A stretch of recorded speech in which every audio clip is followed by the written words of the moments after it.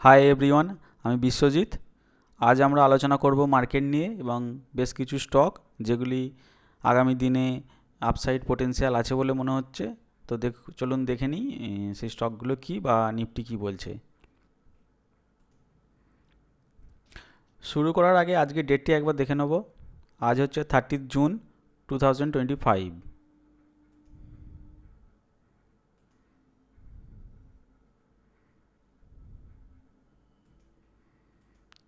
First of all এটা আমরা যেটা দেখতে পাচ্ছি এটা হচ্ছে নিফটি ডেলি চার্ট।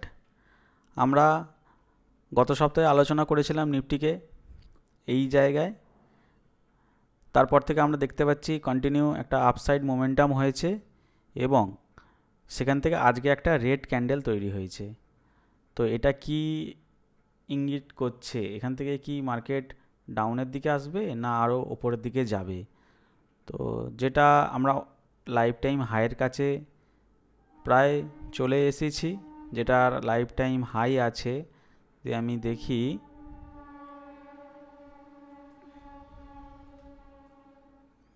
26,280। আমরা এখন আছি, আজকে যেটা হাই ছিল 25,660। তো এবার আমরা দেখব এখান থেকে নিফটির অ্যাজ পার ওয়েব কাউন্টিং অনুযায়ী কি হতে চলেছে। তো চলুন আমি আমার যেখানে ওয়েব কাউন্টিং করি সেখানে যাই, আমি দেখে নিই। এটা ডেলি চার্টে আছে নিফটির। আমি 60 মিনিটের চার্টে চলে আসবো, আওয়ারলি চার্টে।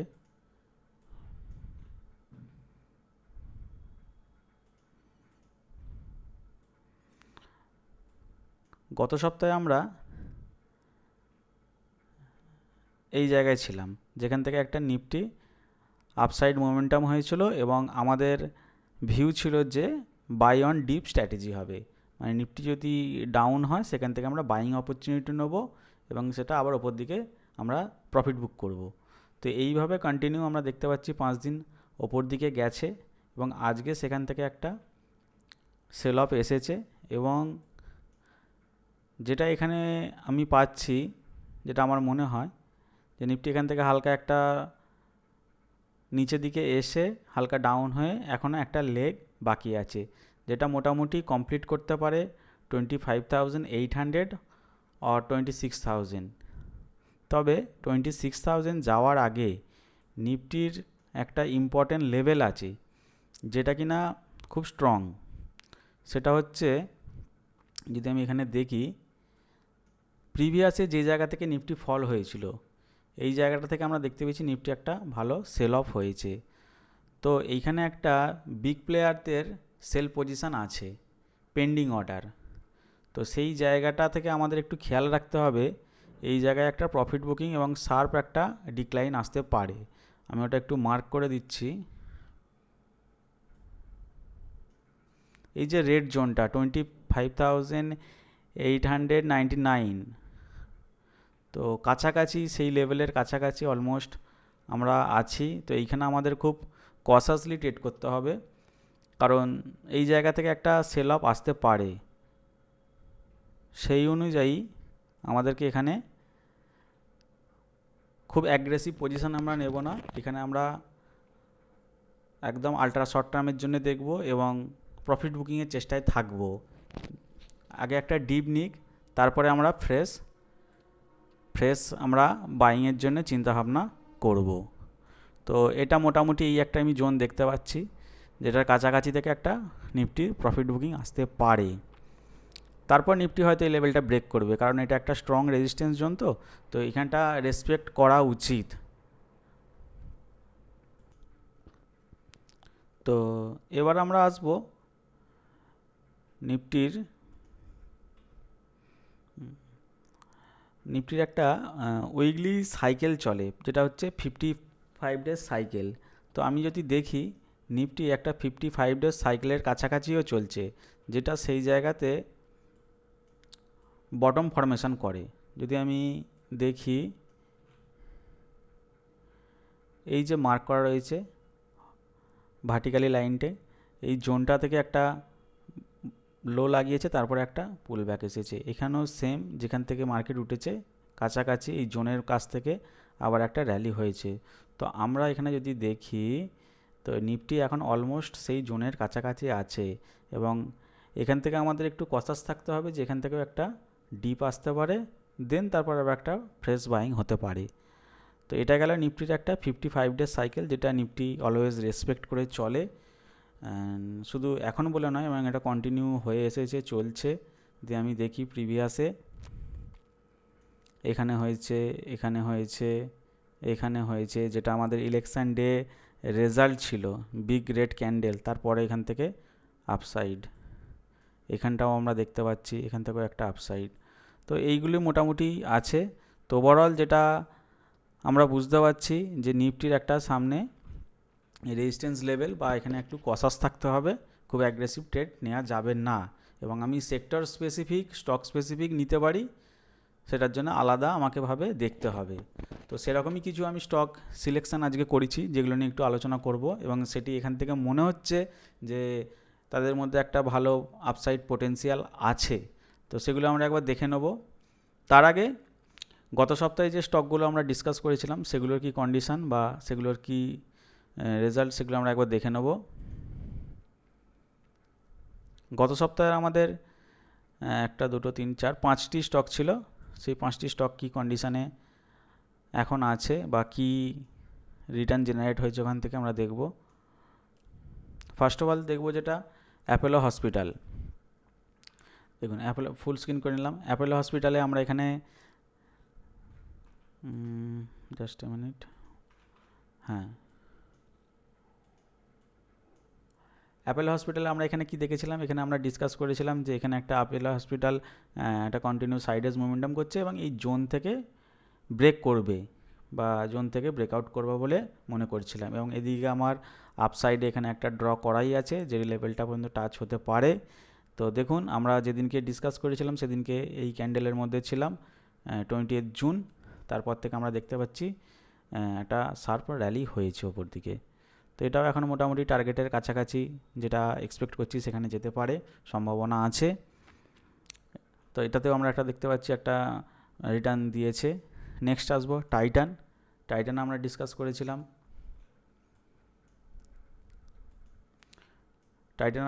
করেছিলাম, এই জায়গাটা যেখানটা আমি মার্ক করে রেখেছি, তারপর থেকে টাইটান একটা ভালো র্যালি দিয়েছে। এগুলো ডেলি ক্যান্ডেলে আমি দেখাচ্ছি। Next TVS motor. টিভিএস মোটরে যেটা আমরা যেখানে ডিসকাস করেছিলাম এই দিনকে, সেখান থেকে আমরা দেখতে পাচ্ছি একটা আপসাইড মোমেন্টাম হয়েছে এবং অল টাইম হাইয়ের কাছাকাছি টিভিএস মোটর চলছে, মেবি ব্রেকআউট করতেও পারে। নেক্সট ভিবিএল, বরুণ বেভারেজ লিমিটেড, যেটা আমরা দেখেছিলাম যেখানে একটা ভালো ডিম্যান্ড জোন আছে, সেইখান থেকে একটা আপসাইড পোটেন্সিয়াল এর মধ্যে হতে পারে, এবং সেটা এখনও কিছু সেইভাবে কিছু পারফর্ম করেনি, ওই রেঞ্জের মধ্যেই লেগে আছে এবং নিচেও যায়নি ওপরেও যায়নি, একই রেঞ্জের মধ্যে চলছে। তো এখনও এর মধ্যে পোটেন্সিয়াল আছে আপসাইড যাবার, তবে এটা কিন্তু একটু পজিশনালি ট্রেড হবে, এটা আমি বলেইছিলাম। কারণ এই জায়গা থেকে স্টকগুলোকে বেরোতে একটু সময় লাগে, কারণ ওরা যখন মোমেন্টাম পিক করবে তখন খুব ফাস্ট যাবে। তো সেই জায়গাটা এখনও চলছে, এখনও এটা অ্যাকুমুলেশন জোনের মধ্যেই আছে। তো যার জন্য এগুলোকে একটু আমাদের ওয়েট করতে হবে, যার জন্য এখানে রিস্ক রিওয়ার্ডটাও আমরা খুব ভালো পাচ্ছি, এটাও আমাদের দেখতে হবে। আর নেক্সট আসবো একটা কেপিআর মিল। কেপিআর মিল আমরা ডিসকাস করেছিলাম যে এই জায়গাটাতে, সেখান থেকে এটাও সেম কন্ডিশানে আছে, সাইডওয়েজের মধ্যে আছে, নিচেও যায়নি ওপরেও যায়নি। তো এটার মধ্যে এখনও পোটেন্সিয়াল আছে আপসাইড যাবার। তো এইগুলো ছিল গত সপ্তাহের আমাদের অ্যানালিসিস।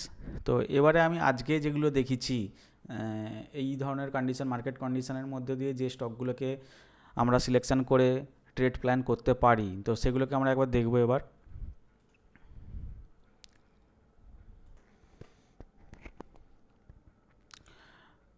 ফার্স্ট যেটা দেখবো আমি এখানে BASF, এই স্টকটি, এর প্রাইস আছে 5162।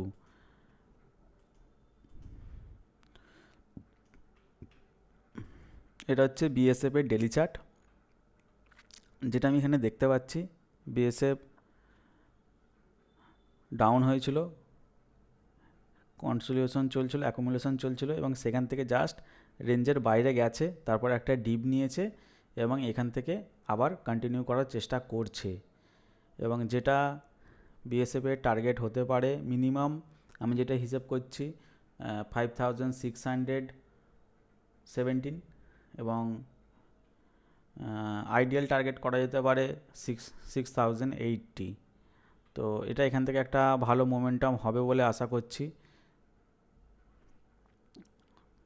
যেটা এর মধ্যে পোটেনশিয়াল আছে। তো অলরেডি এটা এখান থেকে চলছে, আমাদের গত সপ্তাহে নেওয়া আছে, দেখা যাক কি করে। তো এটাকে আমরা ট্রেড প্ল্যানিংয়ের জন্য রাখতে পারি এবং এটা স্টপ লস হিসেবে আমি ধরে চলতে পারি এবং এখান থেকে আপসাইড এটা মিনিমাম, তারপরে এটা। তো এটা গেল আমাদের সুইং টু পজিশনারের জন্যে। নেক্সট আসবো আমরা ডিকসন টেকনোলজি। ডিকসন টেকনোলজি আমরা দেখেছি যে ভালো একটা ডাউনফল হয়েছে, তারপরে আবার একটু র্যালি, আবার কনসলিডেশন সাইডওয়েজ টু ডাউন ট্রেন্ডের মধ্যে ছিল। তো এইখান থেকে এর মধ্যেও একটা আমি আপসাইড পোটেন্সিয়াল দেখতে পাচ্ছি। আর যেহেতু এটা একটু আইটি সেক্টরের মধ্যে চলে, আইটি সেক্টরগুলো এখনও সেইভাবে পারফর্ম করেনি, তো আইটি সেক্টর পারফর্ম করতে বাকি আছে, তো আমাদের ওই দিকটা ফোকাস করা উচিত। তো এটা একটা মিড ক্যাপ আইটির মধ্যে পড়ে ডিকসন টেকনোলজি। তো এটারও আমি যেটা দেখতে পাচ্ছি, আমি একটু টার্গেট বা এক্সটেনশন দেখি।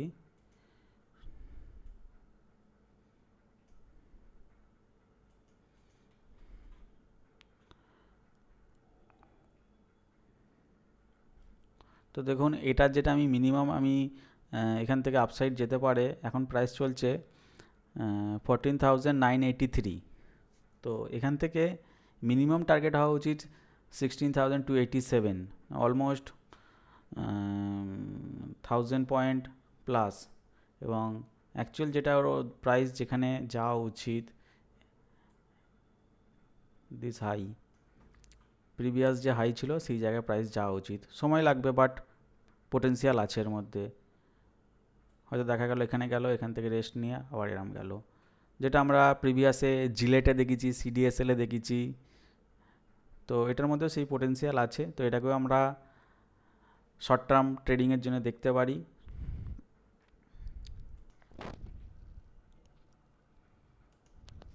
নেক্সট আসবো হিন্দুস্তান ইউনিলিভার, যেটা এফএমসিজি সেক্টরের মধ্যে পড়ে এবং এটা আমরা দেখতে পাচ্ছি এটা মার্কেট ব্রেকআউট করতে চলেছে বা নিউ হাই টাচ করতে চলেছে, কিন্তু এটার মধ্যে সেইভাবে কোনো পারফরমেন্স নেই, কন্টিনিউ ডাউনফল আছে।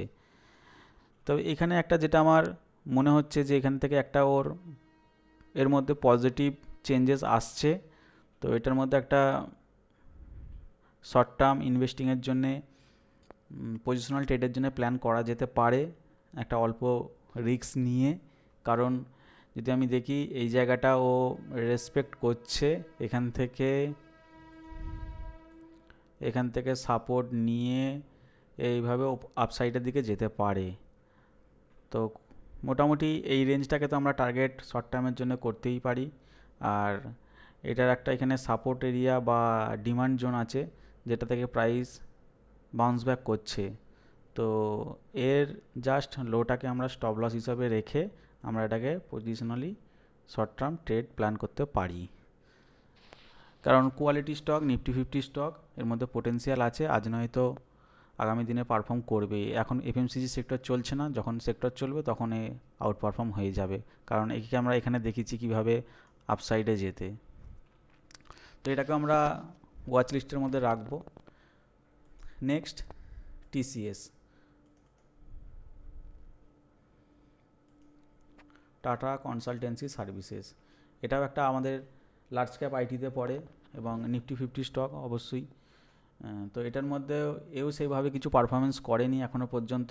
তো যেটা এখান থেকে একটা, যেহেতু আইটি পারফর্ম করবে বলে মনে হচ্ছে, তো টিসিএসের মধ্যে পোটেন্সিয়াল থাকছে একটা আউট পারফর্ম হবার। তো এখনও কিছু সেইভাবে পারফর্ম করেই নি, জাস্ট এই জায়গাটা কন্টিনিউস একটা রেঞ্জ বাউন্ডের মধ্যে চলছে। তো এখান থেকে একটা টিসিএসে প্রবাবিলিটি আমার লাগছে, যদি আমি এগুলোকে তুলে দিই।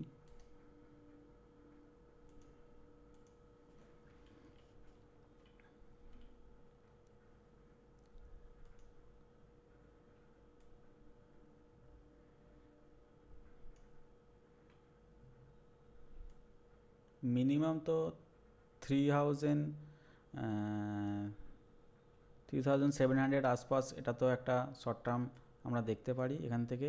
দেন এখান থেকে কি করে তারপর আমরা দেখবো এখান থেকে ব্রেক করছে কি না। তো শর্ট টার্মে আমরা এটাকে এইভাবে দেখে চলছি টিসিএসকে।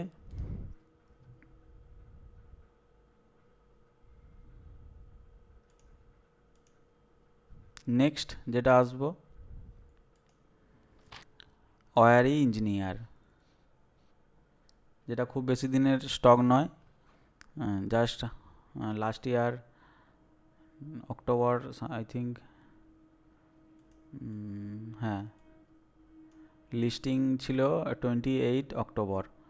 তো আমরা এখনও দেখতে পাচ্ছি এটা 1 বছরও হয়নি, তো জাস্ট আগের ইয়ারের অক্টোবরের লিস্টেড হয়েছে এবং সেটার মধ্যে একটা ভালো আমরা ইনভেস্টারদের রিটার্ন দিয়েছে এবং তারপর থেকে একটা কন্টিনিউ সাইডওয়েজ রেঞ্জের মধ্যে চলে গেছে। তো এই স্টকটা এখন এর মধ্যে যেটা আমি পোটেন্সিয়াল আমার মনে হচ্ছে যে এখান থেকে একটা নিউ হাই যেটা আছে,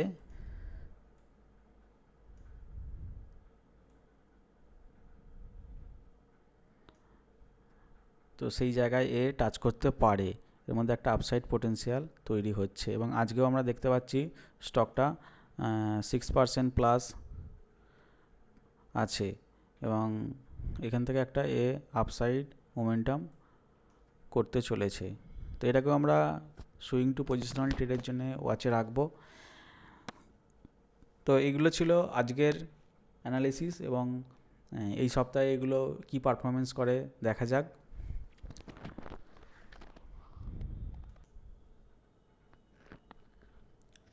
আর একটা কথা, এগুলো কিন্তু কোনো আমার রেকমেন্ডেশন নয়, এগুলো জাস্ট আমার একটা এডুকেশনাল পারপাস ডিসকাস। সো আজকের ভিডিও এই পর্যন্তই।